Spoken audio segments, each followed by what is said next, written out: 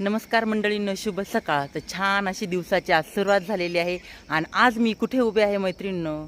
बघा, छान असा दिवस उगून आलेला आहे आणि आज मी उभी आहे आमच्या कचमई नदीच्या तीरावर. तर बघा, नदीला आमच्या पाणी नाही, काय नाही, सगळे खांडो पडलेले कारण खूप सारा उन्हाळा आहे. जून महिना संपत आला, अजून तर काय कुठे पावसाचे चिन्ह दिसत नाही आहे. आणि आमचं या कचमई नदीच्या तीरावरती छान असं भगवान श्री कचेश्वराचं मंदिर आहे.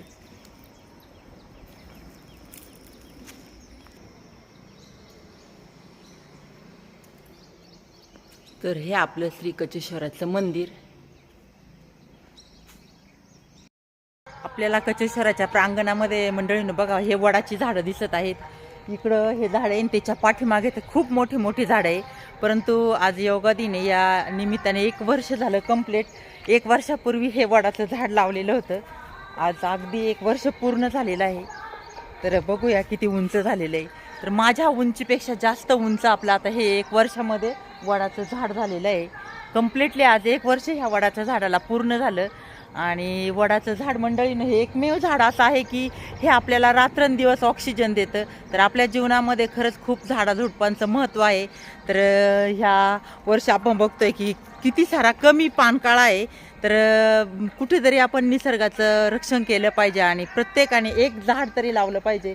असा जर निश्चय केला, प्रत्येक वर्षी 1 झाड लावलं, तर कुठेतरी आपली ह्या निसर्गाची हानी वाचणार आहे मंडळीनं आणि पाऊस पाणी पडण्यात खरंच मदत होणार आहे. तर खूप सुंदर आणि सुरेख बघा मंडळीनं हे वडाचं झाड दिसतंय.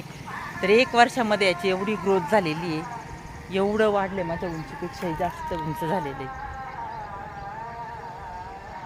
तर असा आहे आपला ह्या परिसर आपल्या मंदिराच्या साईडचा.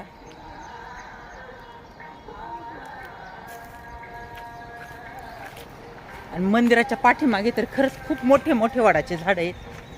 बघा, इथं हे 2 आहे समोरच आपल्या मंदिराच्या. हे तर भरपूर मोठी झालेली. कचमई नदीच्या स्पदवर्षाने पावन झालेलं आमचं कचेश्वराचं मंदिर. आणि या कचेश्वराच्या मंदिरामध्ये आज योगा दिन आहे. तर योगा दिनाच्या सर्वप्रथम सगळ्यांना शुभेच्छा. तर योगा दिन आहे, तर आपण योगा दिन साजरा करणार आहोत. तर त्या निमित्ताने आता इथे योगा भरणार आहे. थोडीशी आपली साफसफाई, कारण भगवान कचेश्वराच्या प्रांगणामध्ये